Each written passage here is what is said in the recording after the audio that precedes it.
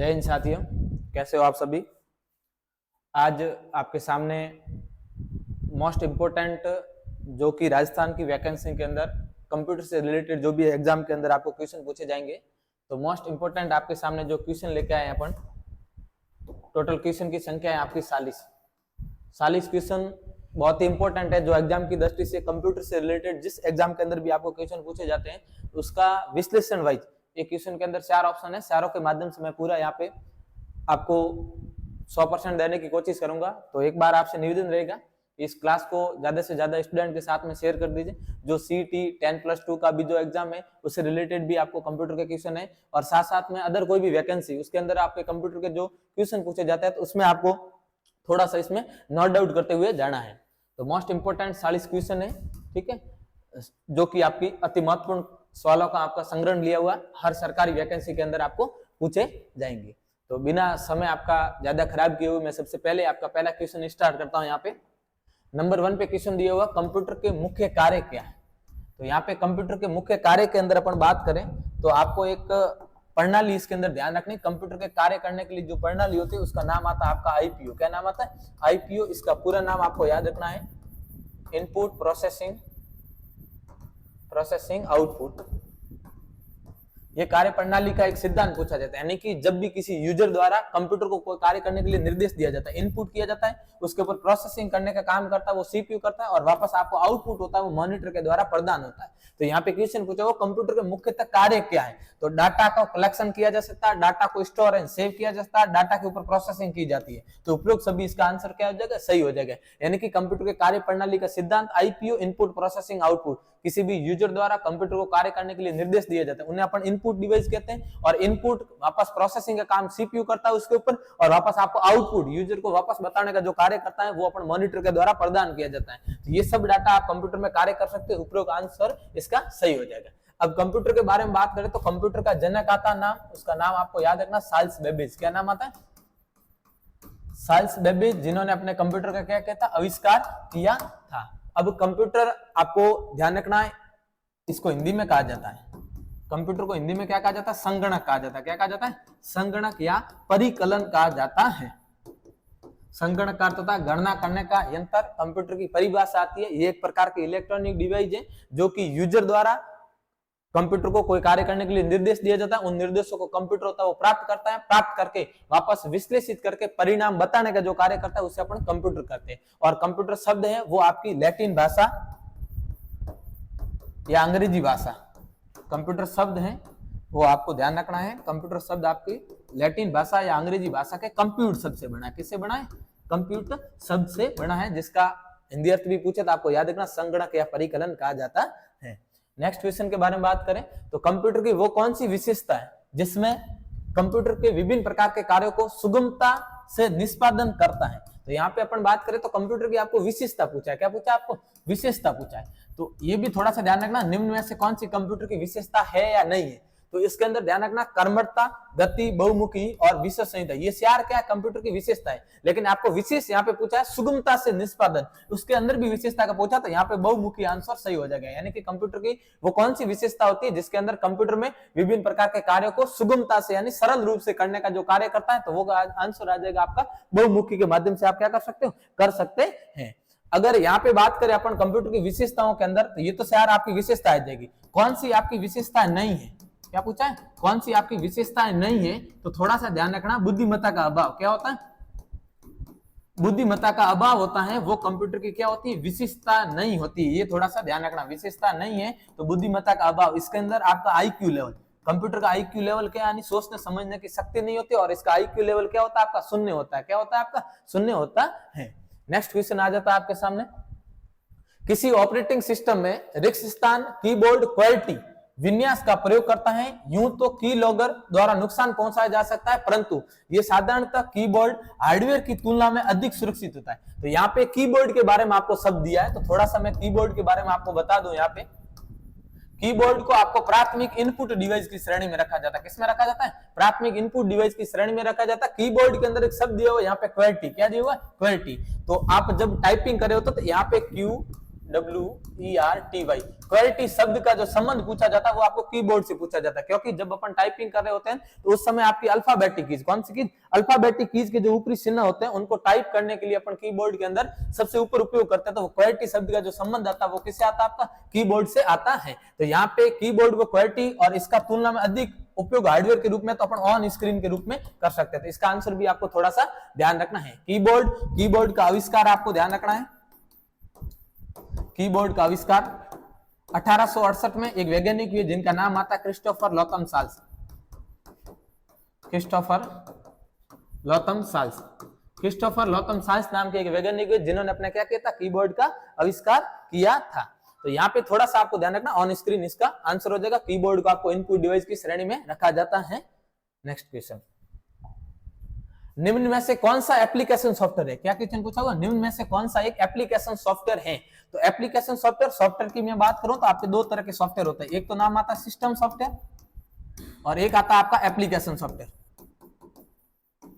दो तरह के आपके सॉफ्टवेयर आते हैं, एक तो आता है आपका सिस्टम सॉफ्टवेयर और दूसरा आता है आपका एप्लीकेशन सॉफ्टवेयर। सिस्टम सॉफ्टवेयर वो सॉफ्टवेयर होते हैं जो कि सिस्टम को नेविगेशन या कंट्रोल करने का काम करते हैं, सिस्टम को चलाने का काम करते हैं, वो सिस्टम सॉफ्टवेयर की श्रेणी में आते हैं। और एप्लीकेशन सॉफ्टवेयर वो सॉफ्टवेयर होते हैं जो किसी विशेष प्रकार के कार्य करने के लिए काम आते हैं, उसे हम एप्लीकेशन सॉफ्टवेयर कहते हैं। तो यहाँ पे कौन सा एप्लीकेशन सॉफ्टवेयर है, तो विंडोज, यूनिक्स, लिनक्स, यहाँ पे विंडोज, यूनिक्स और लिनक्स ये जो आते हैं वो आपके किसमें, ऑपरेटिंग सिस्टम आते हैं। क्या आते हैं, ऑपरेटिंग सिस्टम आते हैं। और जबकि एप्लीकेशन सॉफ्टवेयर आपका आ जाएगा वेब ब्राउजर। क्या आ जाएगा, वेब ब्राउजर। तो थोड़ा सा यहाँ पे आपको ध्यान रखना है, आपका क्वेश्चन पूछा है एप्लीकेशन सॉफ्टवेयर का, तो आपको एप्लीकेशन सॉफ्टवेयर के अंदर वेब ब्राउजर। अब वेब ब्राउजर होते क्या है, यानी कि जब भी आप कंप्यूटर के अंदर आप कोई भी ऑनलाइन फॉर्म वगैरह भरने का तो सर्च करने का माध्यम होता है, जो खोजने का माध्यम होता है या सर्च करने का जो माध्यम होता है उसे अपन वेब ब्राउजर कहते हैं। जैसे अपन का गूगल क्रोम आता है, गूगल क्रोम, मोजिला फायरफॉक्स,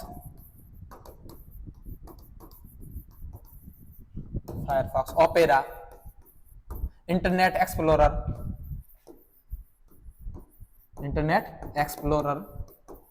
ये सब आपके वेब ब्राउजर कहते हैं। क्वेश्चन ऐसे भी पूछ सकते हैं, इनमें से कौन सा वेब ब्राउजर है या नहीं है, तो भी आपको क्या करना है, थोड़ा सा ध्यान रखना है और नोट डाउट करते हुए इसको जाना है। और आपसे निवेदन रहेगा इस क्लास को ज्यादा से ज्यादा स्टूडेंट के साथ में आप शेयर करें, और जो भी हमारे चैनल पे नए हैं तो प्लीज अपने चैनल को like and share and subscribe कर दें। नेक्स्ट क्वेश्चन आ जाता है आपका, निम्न में से कौन सा इनपुट डिवाइस मुख्य रूप से टेक्स्ट डाटा दर्ज करने के लिए प्रयोग किया जाता है। तो यहाँ पे बात करें अपन को, तो क्वेश्चन पूछा इनपुट डिवाइस का, किसका पूछा है, इनपुट डिवाइस जो मुख्य रूप से टेक्स्ट डाटा, तो टेक्स्ट का अर्थ होता है अपन कोई भी लिखने का जो काम करता है। तो यहाँ पे इसका आंसर ध्यान रखना, माइक्रोसॉफ्ट वर्ड, जिसे अपन शॉर्ट में MS वर्ड कर सकते हैं। क्या कह सकते हैं, MS वर्ड कह सकते हैं शॉर्ट में, ध्यान रखना। जबकि इंटरनेट एक्सप्लोरर आपका वेब ब्राउजर रहेगा, बारकोड रीडर, BCR नाम याद रखना, BCR का पूरा नाम बारकोड रीडर, जो कि कैसा डिवाइस होगा, आपका इनपुट डिवाइस होगा। तो यहाँ पे क्वेश्चन पूछा निम्न में से कौन सा इनपुट डिवाइस मुख्य रूप से टेक्स्ट डाटा दर्ज करने के लिए किया जाता है। तो माइक्रोसॉफ्ट वर्ड के अंदर अपन क्या कर सकते हैं, टेक्स्ट डाटा दर्ज कर सकते हैं। नेक्स्ट क्वेश्चन आ जाता है, निम्नलिखित में से कौन सा सॉफ्टवेयर है, क्या क्वेश्चन पूछा, निम्नलिखित में से कौन सा आपका सॉफ्टवेयर है। तो कीबोर्ड, माउस और जॉयस्टिक, ये सभी आपके क्या होंगे, इनपुट डिवाइस होंगे। जबकि MS ऑफिस होगा वो आपका एप्लीकेशन सॉफ्टवेयर होता है। कौन सा सॉफ्टवेयर होता है, एप्लीकेशन सॉफ्टवेयर होता है। जबकि कीबोर्ड, माउस और जॉयस्टिक ये तीनों आते हैं वो किसमें, इनपुट डिवाइस की श्रेणी में आते हैं। किसमें आते हैं, इनपुट डिवाइस की श्रेणी में गिने जाते हैं। कीबोर्ड और माउस को दोनों को प्राथमिक इनपुट डिवाइस की श्रेणी में गिना जाता है। और जॉयस्टिक आपका वीडियो गेम खेलने के लिए काम आता है, तो ये भी आपका कैसा होगा, इनपुट डिवाइस होगा। ठीक है, तो यहाँ पे कौन सा सॉफ्टवेयर होगा, तो MS ऑफिस होगा, वो आपका क्या होता है, सॉफ्टवेयर होता है। नेक्स्ट क्वेश्चन के बारे में बात करें अपन, तो निम्नलिखित में से कौन सा इनपुट डिवाइस मुख्य रूप से टेक्स्ट डाटा दर्ज करने के लिए किया जाता है। तो यहाँ पे बात की इनपुट डिवाइस की, जो कि टेक्स्ट डाटा, अब टेक्स्ट का अर्थ होता है लिखने का, तो MS वर्ड के अंदर भी लिख सकते हैं। तो यहाँ पे कीबोर्ड ऑप्शन आ जाएगा, क्या आ जाएगा, कीबोर्ड आपका राइट आ जाएगा। कीबोर्ड के माध्यम से आप कोई भी डाटा इनपुट या टेक्स्ट के रूप में लिखने का जो काम करते हैं वो अपन कीबोर्ड से कर सकते हैं। लाइट पेन, ये भी आपका इनपुट डिवाइस होगा, ये भी थोड़ा सा ध्यान रखना आपको, इनपुट डिवाइस की श्रेणी में आता है। बाकी माउस और जॉयस्टिक ये तो है ही आपका। ठीक है, नेक्स्ट क्वेश्चन आ जाता है, इन्फॉर्मेशन और कमांड कैप्चर करने के लिए डिवाइस का प्रयोग किया जाता है। इन्फॉर्मेशन का अर्थ होता है कोई भी सूचनाएं, क्या होती है, कोई भी सूचनाएं होती है, और कैप्चर का अर्थ होता है उसको कैप्चर करने का काम करता है। क्या करता है? कैप्चर करने का काम करता है। तो ऐसे कौन से डिवाइस होते हैं जो इन्फॉर्मेशन यानी सूचनाएं और कैप्चर दोनों को क्या करते हैं? कमांड यानी डिवाइस का प्रयोग किया जाता है। तो यहाँ पे इनपुट डिवाइस, क्या आंसर आ जाएगा? इनपुट डिवाइस की तरह से अपन क्या कर सकते हैं? किसी भी सूचना या कमांड को कैप्चर करने का कंप्यूटर के अंदर जो कार्य किया जाता है वो इनपुट डिवाइस के कर सकते हैं। स्टोरेज का अर्थ होता है अपन फाइल को संग्रहित या सेव करना, जो भी डाटा होता है वो स्टोरेज के अंदर आ जाएगा। और आउटपुट का अर्थ होता है जो भी अपन इनपुट करते हैं उनको वापस अपन को यूजर को बताने का जो काम करता है वो आउटपुट डिवाइस के रूप में कार्य करता है। ये भी थोड़ा सा यहाँ पे ध्यान रखना है। नेक्स्ट क्वेश्चन आ जाता है, निम्नलिखित में से कौन सा एक पॉइंट एंड ड्रॉ डिवाइस है? क्या पूछा? Point and draw. अब पॉइंट एंड ड्रॉ का अर्थ होता है अपन इसमें शॉर्ट के रूप में मान सकते हैं तो ड्रैग एंड ड्रॉप भी कहा जाता है। Drag and drop. Drag and drop का अर्थ होता है जब भी आप मॉनिटर के अंदर या कंप्यूटर के अंदर कोई भी आपकी फाइल या आइकन होती है उसको एक स्थान से पकड़ के माउस की लेफ्ट क्लिक के द्वारा आप दूसरे स्थान पर लेके जाते हो। क्या करते हो? दूसरे स्थान पर जो आइकन वगैरह लेके जाते हो उससे अपन क्या कर सकते हैं? ड्रैग एंड ड्रॉप कहा जाता है। तो निम्न में से कौन सा एक पॉइंट एंड ड्रॉ, किसी भी ऑब्जेक्ट को पॉइंट करने का जो काम करता है उसे पॉइंट एंड ड्रॉ डिवाइस कहा जाता है। तो माउस ऑप्शन इसका क्या हो जाएगा? राइट हो जाएगा। ये भी थोड़ा सा ध्यान रखना है। नेक्स्ट क्वेश्चन आ जाता है, निम्नलिखित में से कौन सा पेरिफेरल डिवाइस नहीं? क्या पूछा? निम्नलिखित में से कौन सा एक पेरिफेरल डिवाइस नहीं है? तो यहाँ पे देखो प्रिंटर, मॉनिटर, मदरबोर्ड और कीबोर्ड। पेरिफेरल का अर्थ क्या होता है? यानी कंप्यूटर के वे डिवाइस जो कि कंप्यूटर के हार्डवेयर के अंदर नहीं गिने जाते, हार्डवेयर के अंदर नहीं गिने जाते, या अपन मान सकते हैं जो कंप्यूटर के साथ में कनेक्ट बाहरी जो देख नहीं सकते उन्हें अपन पेरिफेरल डिवाइस भी कह सकते हैं। तो प्रिंटर अपन देख सकते हैं, मॉनिटर भी देख सकते हैं, कीबोर्ड भी देख सकते हैं बाहर के रूप में। जबकि आपका मदरबोर्ड ये किस में लगी होती? सीपीयू में लगी होती। इसको अपन बाहर से नहीं देख सकते। और मदरबोर्ड को अपन की कंप्यूटर की रीढ़ की हड्डी कहा जाता है। क्या कहा जाता है? कंप्यूटर की रीढ़ की हड्डी कहा जाता है। ये भी थोड़ा सा इसमें ध्यान रखना आपको। तो मदरबोर्ड इसका क्या हो जाएगा? आंसर सही हो जाएगा। प्रिंटर होता है और प्रिंटर होता है आपका आउटपुट डिवाइस। कैसा डिवाइस होता है? Output device. ये भी थोड़ा सा आपको ध्यान रखना है। प्राथमिक आउटपुट डिवाइस के रूप में प्रिंटर को रखा जाता है। और दूसरा आपका मॉनिटर, ये भी कैसा होगा? आउटपुट डिवाइस होगा। कैसा डिवाइस होगा? आउटपुट। ये भी थोड़ा ध्यान रखना। प्रिंटर और मॉनिटर दोनों को प्राथमिक आउटपुट डिवाइस की श्रेणी में रखा जाता है। नेक्स्ट क्वेश्चन बात करें अपन, खाली जगह को एक निश्चित समय अंतराल के बाद में रिफ्रेश करने की आवश्यकता होती है। तो कंप्यूटर की आपकी कौन सी मेमोरी का यहाँ पे क्वेश्चन पूछा है, तो कौन सी मेमोरी होती है जिसको अपन बार बार क्या कर सकते हैं? रिफ्रेश करने का काम करते हैं। तो यहाँ पे आंसर आ जाएगा आपका डायनेमिक रैम, जिसको अपन डी रैम कहा जाता है। क्या कहा जाता है? डी रैम कहा जाता है। रैम की आपके पार्ट होता है आपका डी रैम में अलग अलग प्रकार आते हैं, 3 अलग अलग प्रकार आते हैं रैम के। ये भी थोड़ा सा ध्यान रखना आपको। तो रैम का एक पार्ट पूछा डायनेमिक रैम, जो कि आपको बार बार कंप्यूटर के अंदर क्या करनी पड़ती है? रिफ्रेश करने का कार्य करती है। रैम का पूरा नाम पूछे तो भी आपको थोड़ा सा ध्यान रखना है। Random access memory, random access memory, जो कि कंप्यूटर के एक प्रकार की अस्थायी मेमोरी होती है, जिसके अंदर कंप्यूटर जब तक ऑन है तब तक डाटा जो सेव रहता है वो आपका रैम के अंदर रहेगा, जिसे अपन वोलेटाइल प्रकार की मेमोरी भी कहा जाता है। क्या कहा जाता है?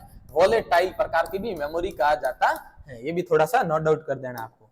नेक्स्ट क्वेश्चन के बारे में बात करें तो फाइल बनाना ऑपरेटिंग सिस्टम खाली जगह प्रबंधन कार्य मैनेजमेंट फंक्शन का भाग होता है। अब फाइल बनाना होती है वो प्रक्रिया ऑपरेटिंग सिस्टम के किस भाग से होती है? तो फाइल भाग से होती है। किस भाग से होती है? फाइल भाग से होती है। फाइल बनाने का जो कार्य करता है वो आपका फाइल भाग ही करता है। नेक्स्ट क्वेश्चन आ जाता है, कंपाइलर क्या है? अब देखो कंपाइलर क्वेश्चन पूछा है तो कंपाइलर आपकी जो कंप्यूटर के अंदर बात करें अपन तो सीपीयू के द्वारा आपकी जो मशीन स्तर की भाषा होती है उसको उस स्तर में अनुवाद करने के लिए जो प्रोग्राम होता है उसे अपन क्या कह सकते हैं? कंपाइलर कहा जाता है। ये भी थोड़ा सा वर्ड है तो ये भी इंपॉर्टेंट है, ध्यान रखना इसको भी। कंपाइलर का अर्थ होता है मशीन स्तर की जो भाषा होती है कंप्यूटर के अंदर, उसको आपको उस स्तर की भाषा में अनुवाद करने का जो कार्य करता है वो क्या करेगा? आपका कंपाइलर करता है। नेक्स्ट क्वेश्चन बात करें, कंप्यूटर व दूर संचार प्रणाली की सबसे छोटी सूचना संग्रहण की इकाई है। अब इकाई का अर्थ होता है यूनिट। क्या पूछा आपको? इकाई का अर्थ होता है यूनिट। अब संग्रहण का अर्थ होता है सेव करने, सूचना जो इंफॉर्मेशन है उसको आपको डाटा को सेव करने की सबसे जो छोटी इकाई होती है कंप्यूटर में दूर प्रणाली की सबसे छोटी इकाई होती है। तो ये मेमोरी का क्वेश्चन पूछा होता है, बिट आ जाएगा। क्या आ जाएगा? बिट। ये भी थोड़ा सा ध्यान रखना, कंप्यूटर के अंदर आपकी मेमोरी मापने की सबसे छोटी इकाई या दूर संचार प्रणाली की सबसे छोटी इकाई होती है उसको क्या कहा जाता है? बिट कहा जाता है। क्या कहा जाता है? बिट कहा जाता है। बाइनरी संख्या होती है, बाइनरी इकाई होती है, बाइनरी भाषा के अंदर अपन कंप्यूटर के अंदर प्रयोग करते हैं, जिसकी संख्या आपको 0 और 1 होती है। नेक्स्ट क्वेश्चन आ जाता है, निम्नलिखित में से किस शहर में माइक्रोसॉफ्ट का मुख्यालय? अब देखो माइक्रोसॉफ्ट यहाँ पे वर्ड आया तो माइक्रोसॉफ्ट सबसे पहले बात करें तो होता क्या है? तो माइक्रोसॉफ्ट आपकी एक प्रकार की एप्लीकेशन सॉफ्टवेयर बनाने वाली कंपनी होती है, जिसकी स्थापना याद रखना, माइक्रोसॉफ्ट कंपनी की स्थापना आपकी 4 अप्रैल कब हुई थी? 4 अप्रैल 1975 को। 2 वैज्ञानिक हुए जिनका नाम आता है बिल गेट्स बिल गेट्स व पॉल एलन ये दो वैज्ञानिक हुए जिन्होंने अपने माइक्रोसॉफ्ट कंपनी की क्या की थी, स्थापना की थी 4 अप्रैल 1975 को। इसका मुख्यालय पूछे तो यहाँ पे माइक्रोसॉफ्ट का मुख्यालय है वो वाशिंगटन डीसी, अमेरिका की राजधानी। किसकी राजधानी है भाई? अमेरिका की राजधानी वाशिंगटन डीसी। इसके अंदर अपन क्या माइक्रोसॉफ्ट कंपनी का मुख्यालय है। और माइक्रोसॉफ्ट होती क्या है? तो माइक्रोसॉफ्ट एक कंपनी होती है जिसकी स्थापना 4 अप्रैल 1975 जो कि एप्लीकेशन सॉफ्टवेयर बनाने का काम करती है। जैसे अपना एप्लीकेशन सॉफ्टवेयर के अंदर बात करें तो माइक्रोसॉफ्ट ऑफिस पैकेज, पूरा माइक्रोसॉफ्ट ऑफिस पैकेज, जिसके अंदर अपन देखते हैं एमएस वर्ड है, एमएस एक्सेल है, एमएस पावर पॉइंट है, एमएस एक्सेस है, आउटपुट ये जो आउटलुक भी होता है। ये सब आपके माइक्रोसॉफ्ट जो सॉफ्टवेयर बनाने वाली कंपनी होती है उनके द्वारा एप्लीकेशन सॉफ्टवेयर बनाए जाते हैं। तो भी इसके बारे में आपको थोड़ा सा ध्यान रखना है। नेक्स्ट क्वेश्चन के बारे में बात करें अपन तो खाली जगह से आप स्क्रीन या प्रोग्राम को छोड़ सकते हैं, यानी किस का उपयोग कर सकते हैं अपन? स्क्रीन या प्रोग्राम को अपन को छोड़ने का काम करता है तो एग्जिट ऑप्शन आ जाएगा। क्या आ जाएगा? एग्जिट ऑप्शन आ जाएगा। बूट का अर्थ क्या होता है? एक शब्द दिया हो बूट यहाँ पे, तो इसको अपन बूटिंग भी कह सकते हैं।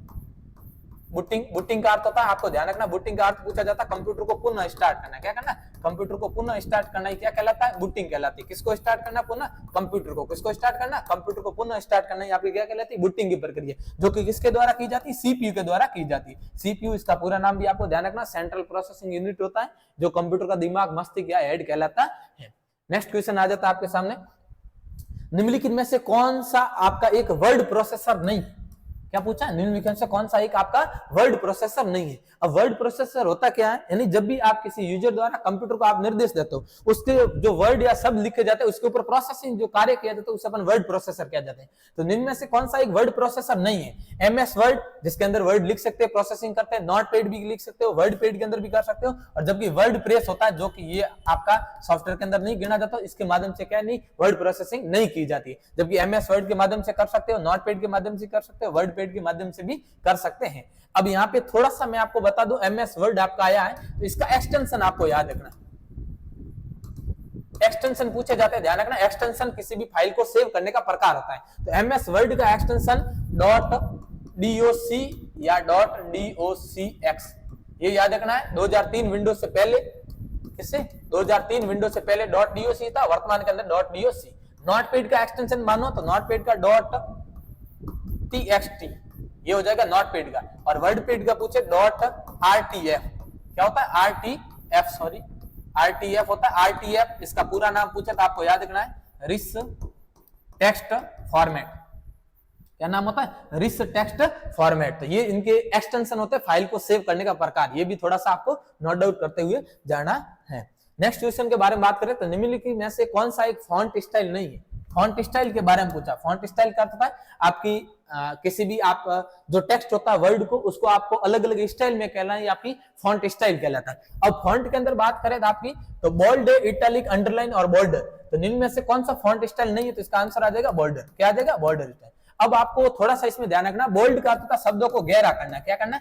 शब्दों को गहरा करना। इसकी शॉर्टकट की पूछी जाती है, आपको याद रखना Ctrl+B होता है। क्या होता है? Ctrl+B, यानी जब भी किसी भी टेक्स्ट को गहरा करना चाहते हो Ctrl+B के माध्यम से कर सकते हो। दूसरा आता है इटैलिक। इटैलिक की शॉर्टकट की आपको ध्यान रखनी Ctrl+I। क्या आती है? Ctrl+I। इटैलिक का अर्थ होता है आपको किसी भी शब्दों को तिरछा करना। क्या करना? किसी भी शब्द या टेक्स्ट को जो सेलेक्ट किया हो उसको आपको तिरछा करने का जो काम करता है वो आपको स्टाइल कहलाता है आपका इटैलिक का। नेक्स्ट बात करें अपन अंडरलाइन। इसकी शॉर्टकट की हो जाती है Ctrl+U। क्या हो जाती है? Ctrl+U। अंडरलाइन का अर्थ होता है जब भी किसी भी वर्ड के नीचे आपको लाइन लाना, अंडरलाइन लाना, उसके लिए अपन फॉर्मेट जो आपकी फॉन्ट स्टाइल का प्रकार करते हैं वो आपकी अंडरलाइन। लेकिन आपको इसमें थोड़ा सा भी ध्यान रखना है, जब भी आप किसी भी एप्लीकेशन सॉफ्टवेयर है उसके अंदर आपकी बाय डिफॉल्ट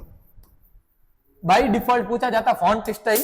तो थोड़ा सा ध्यान रखना फॉन्ट स्टाइल के बारे में। आपको फॉन्ट स्टाइल आपकी बाय डिफॉल्ट पूछी जाती है, उसको अपन रेगुलर कहते हैं। क्या कहते हैं? रेगुलर कहा जाता है। तो बाय डिफॉल्ट फॉन्ट स्टाइल कौन सी होगी? आपकी रेगुलर। ये शॉर्टकट की भी है और कौन कौन सी होती है ये भी थोड़ा सा इसमें ध्यान रखना है।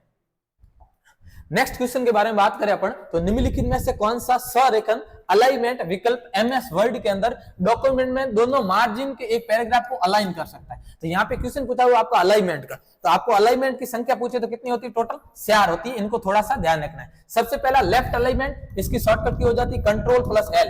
Control plus L left alignment का अर्थ था जब भी किसी भी टेक्स्ट को आपको लेफ्ट में लाना चाहते हो, लेफ्ट से स्टार्ट करना चाहते हो तो लेफ्ट अलाइनमेंट, जबकि राइट अलाइनमेंट इसकी शॉर्टकट की आ जाती है कंट्रोल प्लस आर।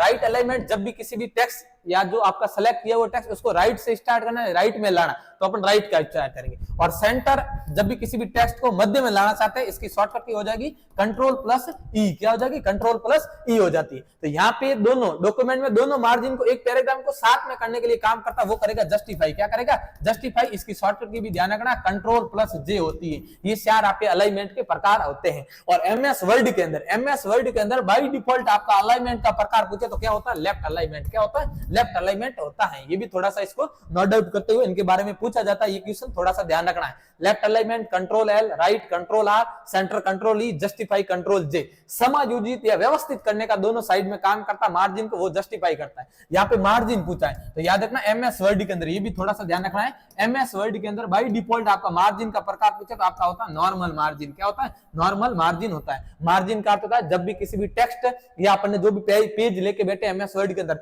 उसके चारों तरफ में निश्चित अनुपात में जो जगह होती है, स्पेस होता है, उसे अपन मार्जिन कहते हैं। क्या कहते हैं? मार्जिन कहते हैं। तो एमएस वर्ड के अंदर मार्जिन का प्रकार पूछे तो बाय डिफॉल्ट कौन सा होता है? नॉर्मल मार्जिन होता है। तो एक क्वेश्चन के अंदर आपने इतने सारी जानकारी देख ली, तो थोड़ा आपसे भी निवेदन रहेगा कि इस क्लास को ज्यादा से ज्यादा स्टूडेंट के साथ में शेयर करें। कंप्यूटर से रिलेटेड आपके कोई भी एग्जाम के अंदर क्वेश्चन पूछे जाते हैं तो ये आपके 40 क्वेश्चन बहुत ही इंपॉर्टेंट काम लगे रहेंगे, ध्यान रखना आपको थोड़ा सा। नेक्स्ट क्वेश्चन के बारे में बात करें अपन तो एमएस एक्सेल में सुना हुआ क्षेत्र B1 शुरू होकर जी कॉलम की लाइन नंबर 10 तक जाएगा तो उसे कैसे लिखेंगे? तो यहाँ पे अपन एक्सेल का क्वेश्चन पूछा हो तो सबसे पहले एक्सेल आपका एक प्रकार का एप्लीकेशन सॉफ्टवेयर होगा जिसे स्प्रेडशीट प्रोग्राम कहा जाता है। क्या कहा जाता है? स्प्रेडशीट प्रोग्राम कहा जाता है, जिसके अंदर डाटा की तुलना करना, साथ साथ में अपन डाटा की तुलना के साथ साथ में अपन मार्कशीट बनाना, ये सारी सभी जो कार्य कर सकते हैं अपन एक्सेल के माध्यम से कर सकते हैं। तो यहाँ पे कुछ रेंज पूछी आपकी B1, तो हमेशा ध्यान रखना एक्सेल के अंदर सबसे पहले B1 का अर्थ क्या? तो B का अर्थ था कॉलम। क्या लिखा है आपने? कॉलम। और 1 का अर्थ था रो। 1 क्या लिखा? रो। एक्सेल के अंदर रो और कॉलम की संख्या भी पूछी जाती तो थोड़ा सा ध्यान रखना है। एक्सेल के अंदर में रो की संख्या, टोटल रो की संख्या होती है 16,384। कितनी होती है? 16,384। और सॉरी, थोड़ा सा इसको थोड़ा सा ध्यान रखना आपको। एक्सेल के अंदर रो की संख्या, किसकी संख्या?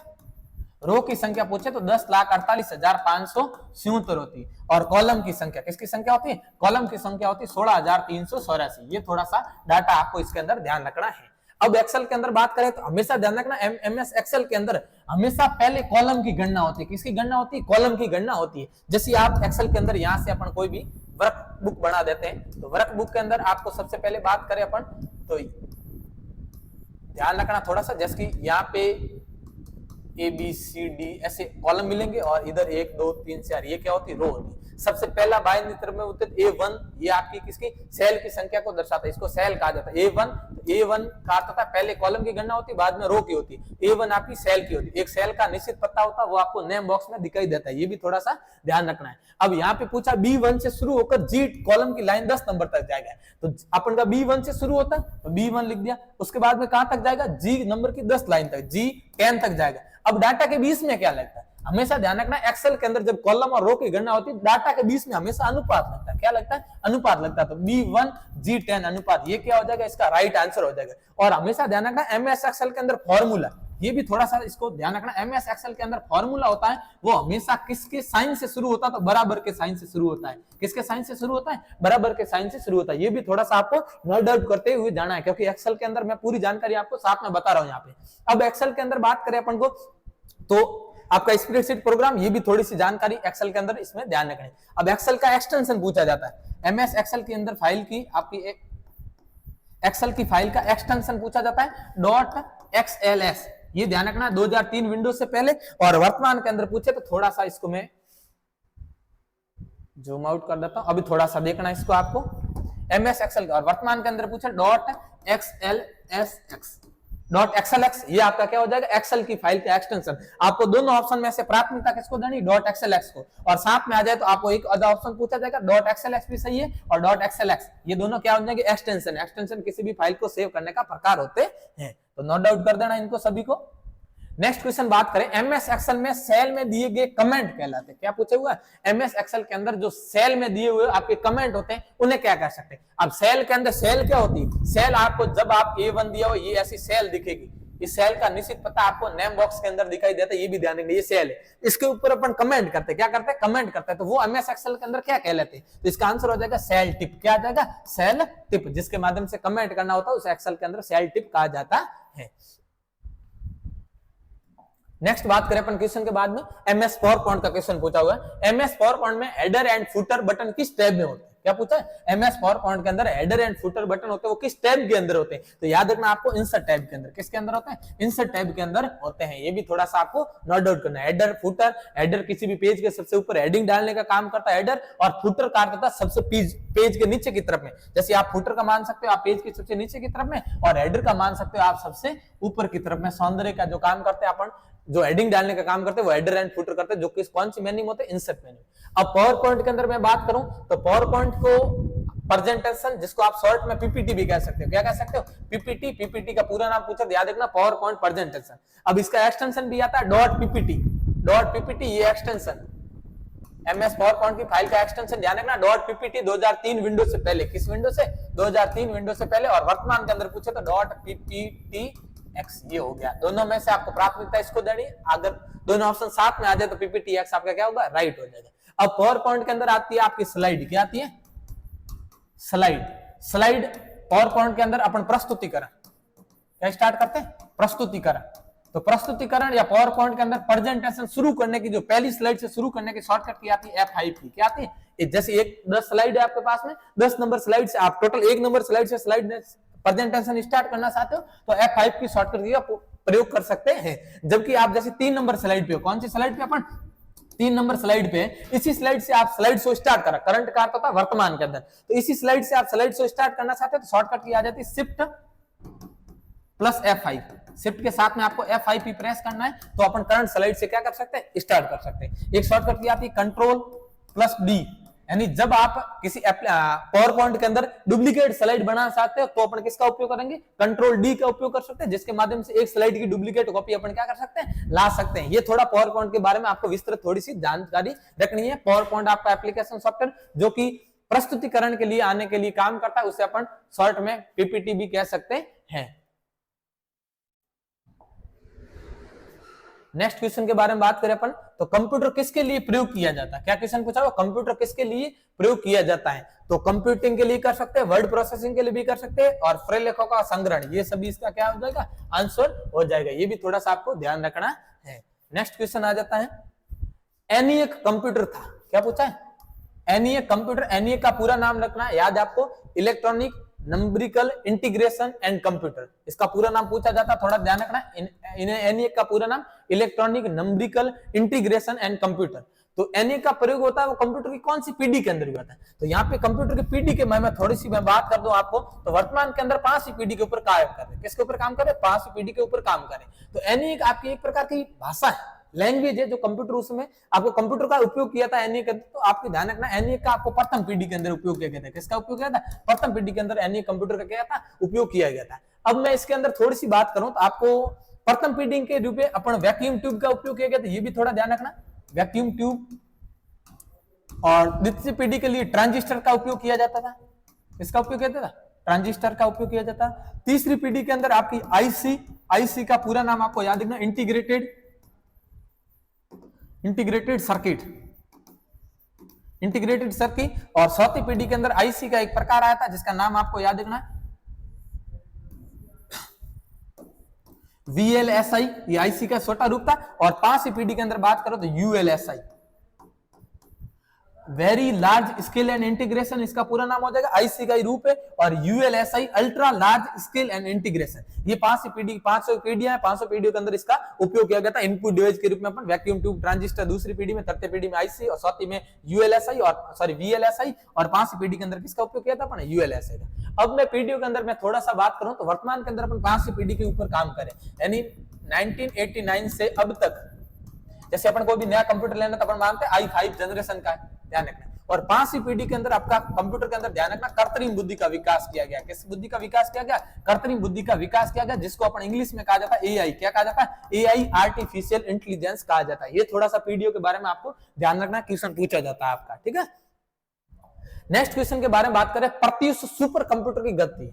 सुपर कंप्यूटर बात करें, भारत का पहला सुपर कंप्यूटर, आपको नाम याद रखना, परम 8000।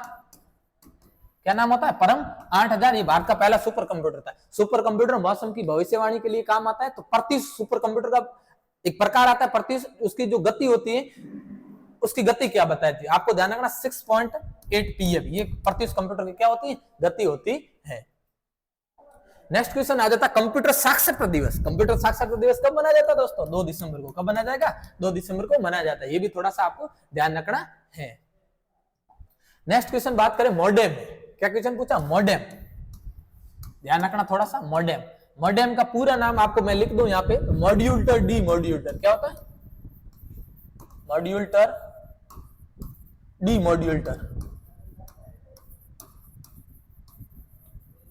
मॉड्यूलर डी मॉड्यूलर मॉडेम आपकी एक प्रकार की वाईफाई की मशीन होती है, जो कि इनपुट और आउटपुट दोनों रूप में काम करती है। तो यहाँ पे क्या पूछा? मॉडेम क्या होती है? आपकी सॉफ्टवेयर होती है, हार्डवेयर होती है, सीपीयू या उपयोग सभी। तो मॉडेम आपका किसमें घटक आ सकता है? हार्डवेयर के अंदर। किसके अंदर आता है? हार्डवेयर, और इनपुट और आउटपुट दोनों डिवाइस के रूप में भी काम करती है। ये भी थोड़ा सा ध्यान रखना है।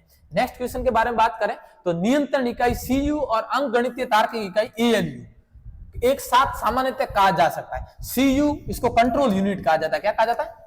Control unit. और ALU arithmetic and logical unit.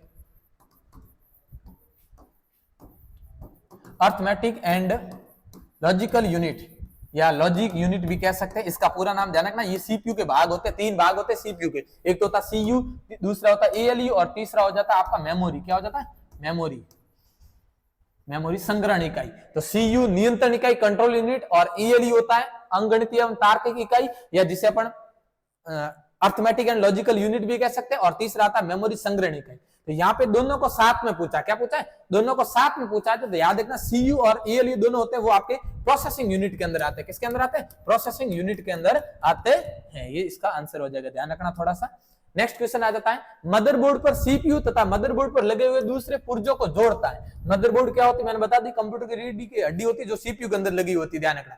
तो इसके अंदर मदरबोर्ड पर सीपीयू तथा मदरबोर्ड लगे दूसरे जो पुर्जों को जोड़ने का जो काम करता है, वो कौन करेगा? सिस्टम बस। कौन करता है? सिस्टम बस करने का काम करता है। Primary memory. प्राइमरी मेमोरी के अंदर आपका आ जाएगा, 2 प्रकार आते हैं, रैम आता है और एक आता है आपका रोम। ये भी थोड़ा सा आपको क्या करना, ध्यान रखना। रैम का पूरा नाम रैंडम एक्सेस मेमोरी, और रोम का होता है रीड ओनली मेमोरी। क्या होता है?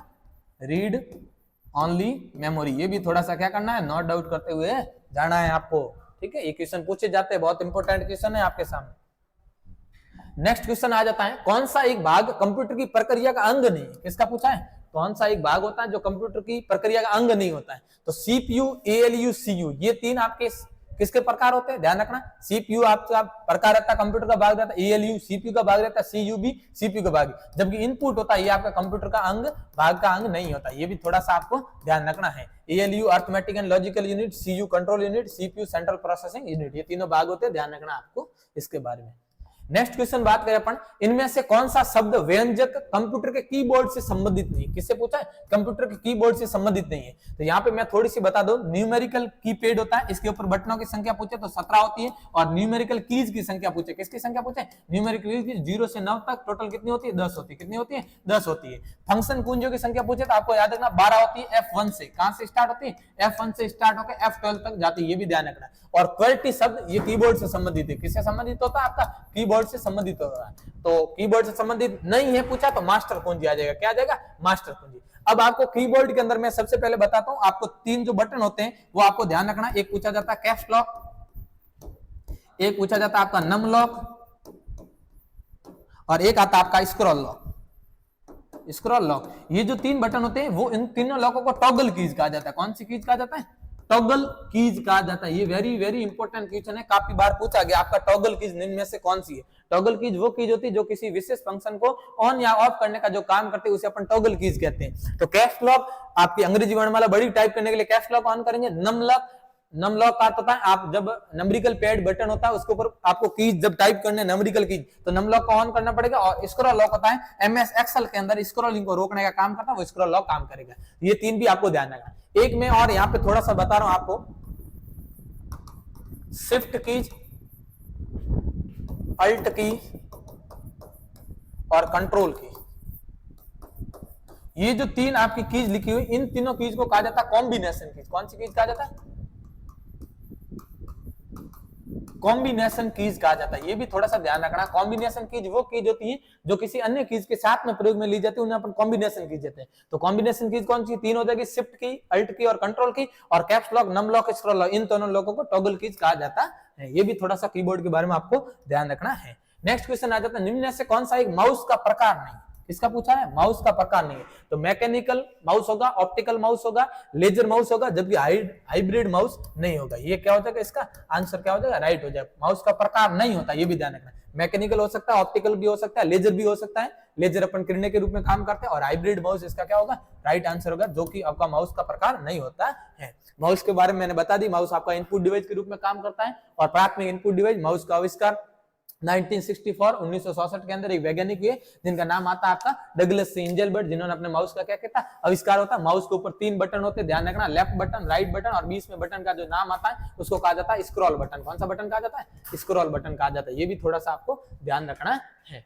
नेक्स्ट क्वेश्चन के बारे में बात करें अपन, टर्नर का उपयोग प्रिंटर में किया जाता है। अब टर्नर होता क्या? जब अपन प्रिंटर करते हैं तो उसके अंदर आपकी ब्लैक स्याही जो भरी जाती है, जिसमें टर्नर का अपन उपयोग कर सकते हैं। तो कौन से प्रिंटर के अंदर टर्नर का उपयोग किया जाता है? तो लेजर प्रिंटर। कौन सा प्रिंटर? साधारण जो प्रिंट करने के लिए काम आता प्रिंटर, लेजर प्रिंटर के ऊपर अपन किसका प्रयोग कर सकते हैं? टर्नर का प्रयोग कर सकते हैं। लेजर प्रिंटर आपका साधारणतः प्रिंट करने के लिए काम आता है, टर्नर का उपयोग। एक आपका एटीएम पूछा जाता है। एटीएम के अंदर, इसका एटीएम का पूरा नाम याद रखना, ऑटोमेटिक टेलर मशीन या एसिंक्रोनस ट्रांसफर मोड, ये दोनों नाम इसकी फुल फॉर्म में ध्यान रखना। एटीएम की जो मशीन होती है उसके अंदर थर्मल प्रिंटर का उपयोग किया जाता है। कौन से प्रिंटर का उपयोग किया जाता है? थर्मल प्रिंटर का प्रयोग किया जाता है। ये भी थोड़ा सा आपको क्या करना है? याद रखना है। नेक्स्ट क्वेश्चन आ जाता है आपका, कौन सी सबसे महंगी मेमोरी होती है? कौन सी सबसे महंगी मेमोरी होती है? तो यहाँ पे सबसे केस मेमोरी। कौन सी मेमोरी होती है? केस मेमोरी होती है, जो कि कंप्यूटर की सबसे महंगी मेमोरी होती है। और इससे अगर महंगी पूछे तो आपको आ जाएगा रजिस्टर मेमोरी। कौन सी मेमोरी होती है? सबसे तेज वो शक्तिशाली मेमोरी होती है कंप्यूटर के अंदर, रजिस्टर मेमोरी। और यहाँ पे कौन सी सबसे महंगी मेमोरी होगी? आपकी महंगी मेमोरी केस होती है। कौन सी होती है? केस। सीडी पूछा है, सीडी का पूरा नाम पूछा जाता है, आपको याद रखना, कॉम्पैक्ट डिस्क। क्या होता है? Compact disc. ये भी थोड़ा सा आपको नोट डाउन करते हुए जाना। डीवीडी, डीवीडी का भी पूरा नाम पूछा था, आपको याद रखना, डिजिटल वीडियो डिस्क। क्या होता है?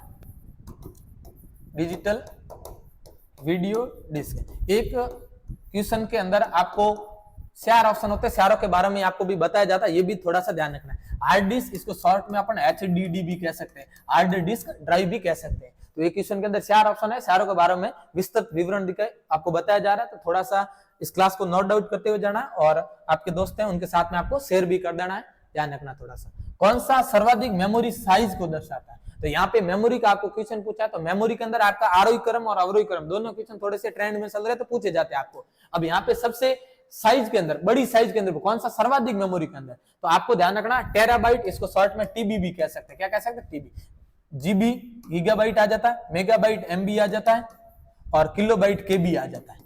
ये थोड़ा सा ध्यान रखना है। तो सबसे महंगी देखो केबी, किलोबाइट, उसके बाद में एमबी आती है, एमबी के बाद में जीबी, जीबी के बाद में टीबी आती है। तो सबसे टेराबाइट होता है, वो क्या हो जाता है आपका? कंप्यूटर के अंदर सर्वाधिक मेमोरी की साइज को कौन सा दर्शाता है? आपका इस क्वेश्चन के अंदर टेराबाइट दर्शाता है। ये भी थोड़ा सा आपको ध्यान रखना है। तो आरोही क्रम बड़े से छोटे से बड़े की ओर, और अवरोही क्रम बड़े से छोटे घटते क्रम में भी पूछे तो भी थोड़ा सा आपको मेमोरी के बारे में ये क्वेश्चन ध्यान रखना है। सबसे छोटी इकाई आपकी केबी, किलोबाइट होगी इसमें, और एमबी होती है, एमबी के बाद में जीबी, जीबी के बाद में टीबी। उल्टा भी पूछ सकता है, सीधा भी पूछ सकता है, तो भी थोड़ा सा ध्यान रखना है। जैसे अपन 1024 से इसके अंदर मेमोरी की गणना आपकी इकाई होती है, ये भी थोड़ा सा आपको ध्यान रखना है। जैसे 1024 केबी होती है, वो किसके बराबर होती है? 1 एमबी के बराबर। किसके बराबर होती है? 1 एमबी के बराबर। ये थोड़ा सा ध्यान रखना है इसके अंदर। 1024 केबी 1 एमबी के बराबर है, और 1024 आपकी एमबी होती है, वो किसके बराबर? 1 जीबी के बराबर होती है, गीगाबाइट के बराबर होती है। ऐसे क्वेश्चन भी थोड़े से पूछे जाते हैं, इसमें आपको ध्यान रखना है। नेक्स्ट क्वेश्चन आ जाता है आपके सामने, कंप्यूटर की इनबिल्ट मेमोरी है। क्या पूछा है? कंप्यूटर की आपकी इनबिल्ट मेमोरी। अब कंप्यूटर की इनबिल्ट का अर्थ होता है कंप्यूटर के साथ बंद हो, कुछ भी हो,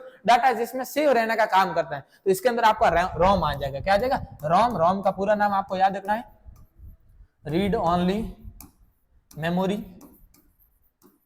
ये कंप्यूटर के प्राइमरी मेमोरी के अंदर आते हैं। रैम रोम के अंदर डाटा आप कंप्यूटर के अंदर स्थायी सेव रहता है, ये थोड़ा सा ध्यान रखना है कि इसको नॉन वोलेटाइल मेमोरी भी कहा जाता है। क्या कहा जाता है? स्थायी मेमोरी भी कह सकते हैं अपन इसको, और दूसरा नाम इसका पूछा जाता है नॉन वोलेटाइल। क्या कहा जाता है? नॉन वोलेटाइल प्रकार की भी मेमोरी कहा जा सकता है। रैम होती है, इसको वोलेटाइल प्रकार की मेमोरी कहा जाता है। वोलेटाइल या दूसरा नाम आता है अस्थायी मेमोरी आते हैं। कंप्यूटर जब तक ऑन है उसमें डाटा सेव रहता है रैम के अंदर, और कंप्यूटर बंद होती है रैम का डाटा होता है वो क्या हो जाता है? हट जाता है। तो रोम यहाँ पे हो जाएगा इनबिल्ट मेमोरी के अंदर आ जाता है। पी रोम, ये रोम का प्रकार है, programmable read only memory. E P ROM, erasable programmable read only memory, ये भी रोम के क्या होते हैं? प्रकार होते हैं। ये भी थोड़ा सा आपको ध्यान रखना, इसकी फुल फॉर्म में भी पूछी जाती है। तो यहाँ पे मैं लिख देता हूं प्रोग्रामेबल रीड ओनली मेमोरी, ये पी रोम की पूरी हो जाएगी फुल फॉर्म। और E P ROM, erasable programmable read only memory, ये क्या हो जाएगी आपकी? दो रैम के प्रकार होंगे, इसका पूरा नाम भी पूछा जाता तो भी ध्यान रखना। रोम होगी वो नॉन वॉलेटाइल या स्थायी प्रकार की मेमोरी होती है। कंप्यूटर का डाटा बंद कर दे तो भी रोम के अंदर क्या होता है? सेव रहता है। तो कंप्यूटर की इनबिल्ट मेमोरी पूछे तो इनबिल्ट मेमोरी भी क्या होती है? आपकी रोम होती है। ये भी थोड़ा सा ध्यान रखना है। नेक्स्ट क्वेश्चन आ जाता है, पॉम ओएस किस प्रकार के कंप्यूटर ऑपरेटिंग सिस्टम का एक प्रकार? क्या पूछा है? पॉम ओएस होता है वो आपका कंप्यूटर का किस प्रकार की ऑपरेटिंग सिस्टम का भाग। अब सिस्टम के अंदर भी ऑपरेटिंग सिस्टम को आप शॉर्ट में ओएस भी कह सकते हैं। क्या कह सकते हैं? ओएस भी कह सकते हैं। तो पॉम ओएस होता है वो आपका सिंगल टास्किंग ऑपरेटिंग सिस्टम होता है। क्या होता है? सिंगल टास्किंग ऑपरेटिंग सिस्टम होता है। नेक्स्ट क्वेश्चन आ जाता है, बूटिंग अनुदेश संग्रहित होते हैं किसके अंदर होते हैं? बूटिंग। अब बूटिंग का अर्थ क्या होता है? सबसे पहले मैंने बताया कंप्यूटर को पुनः स्टार्ट करना। क्या करना? कंप्यूटर को पुनः स्टार्ट करना ही जो कि बूटिंग कहलाती है। ध्यान रखना, जो कि सीपीयू के द्वारा की जाती है। ये प्रक्रिया किसके द्वारा की जाती है? सीपीयू के द्वारा की जाती है। तो बूटिंग अनुदेशन होते हैं वो किसमें सेव होती है? तो किसमें होती है? आपकी रोम के अंदर। किसके अंदर आ जाएगी? रोम के अंदर सेव रहती है, मेमोरी के अंदर। ध्यान रखना। नेक्स्ट क्वेश्चन आ जाता है, BIOS का पूरा नाम। किसका पूरा नाम पूछा है? BIOS का पूरा नाम। तो इसका पूरा नाम आपको याद रखना, बेसिक इनपुट आउटपुट सिस्टम। क्या नाम होता है? Basic input output system. A option इसका क्या हो जाएगा? राइट आंसर हो जाएगा। क्लास को आपसे निवेदन रहेगा, इस क्लास को ज्यादा से ज्यादा स्टूडेंट के साथ में आप शेयर कर दो, क्योंकि ये क्लास आपके जो मोस्ट इंपोर्टेंट क्वेश्चन बनाएंगे, बहुत इंपोर्टेंट क्वेश्चन है। नेक्स्ट क्वेश्चन आ जाता है, GUI में जी का पूरा नाम है। अब GUI का पूरा नाम पूछे तो आपको याद रखना है graphical user interface.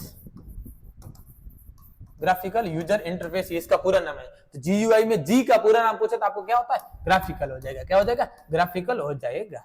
Next question आ जाता है आपके सामने 39 नंबर, निम्नलिखित में से कौन सी मोबाइल ऑपरेटिंग सिस्टम नहीं है? तो यहाँ पे निम्नलिखित में से कौन सा मोबाइल का ऑपरेटिंग सिस्टम नहीं काम करता है? एंड्रॉइड आपका मोबाइल ऑपरेटिंग सिस्टम है, विंडोज ओएस ये भी क्या होगा आपका? Mobile operating system, Apple iOS ये भी क्या होता है? मोबाइल ऑपरेटिंग सिस्टम होता है। जबकि गूगल प्ले स्टोर ये होता है ऐप डाउनलोड करने के लिए काम करता है, ये आपका एप्लीकेशन सॉफ्टवेयर आता है। क्या आता है? एप्लीकेशन सॉफ्टवेयर आएगा, ये ध्यान रखना, गूगल प्ले स्टोर। तो इसका आंसर क्या हो जाएगा? गूगल प्ले स्टोर हो जाता है। नेक्स्ट क्वेश्चन आ जाता है आपके सामने 40 नंबर क्वेश्चन है, लास्ट क्वेश्चन है आपका अंतिम, कंप्यूटर कौन सी भाषा पर कार्य करता है? क्या क्वेश्चन पूछा है? कंप्यूटर कौन सी भाषा पर कार्य करता है? ठीक है, तो यहाँ पे कंप्यूटर की लैंग्वेज के अंदर मैं बात करूं तो यहाँ पे मशीनरी भाषा के ऊपर, किसके ऊपर? मशीनरी भाषा, या दूसरा नाम आता है बाइनरी भाषा।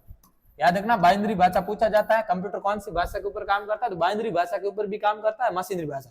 और बाइनरी भाषा के जो अंक होते हैं वो होते हैं आपके 0 और 1। क्या होते हैं? 0 और 1। कंप्यूटर के अंदर सोचने समझने की शक्ति नहीं होती है, इसका IQ लेवल क्या होता है? 0 होता है। ये मशीनरी या प्रोग्रामिंग लैंग्वेज के ऊपर काम करता है या बाइनरी भाषा के ऊपर काम करता है, ये भी थोड़ा सा क्या करना है इसके अंदर ध्यान रखना है। Thank you for watch Shriram computer and education research centre Baytu.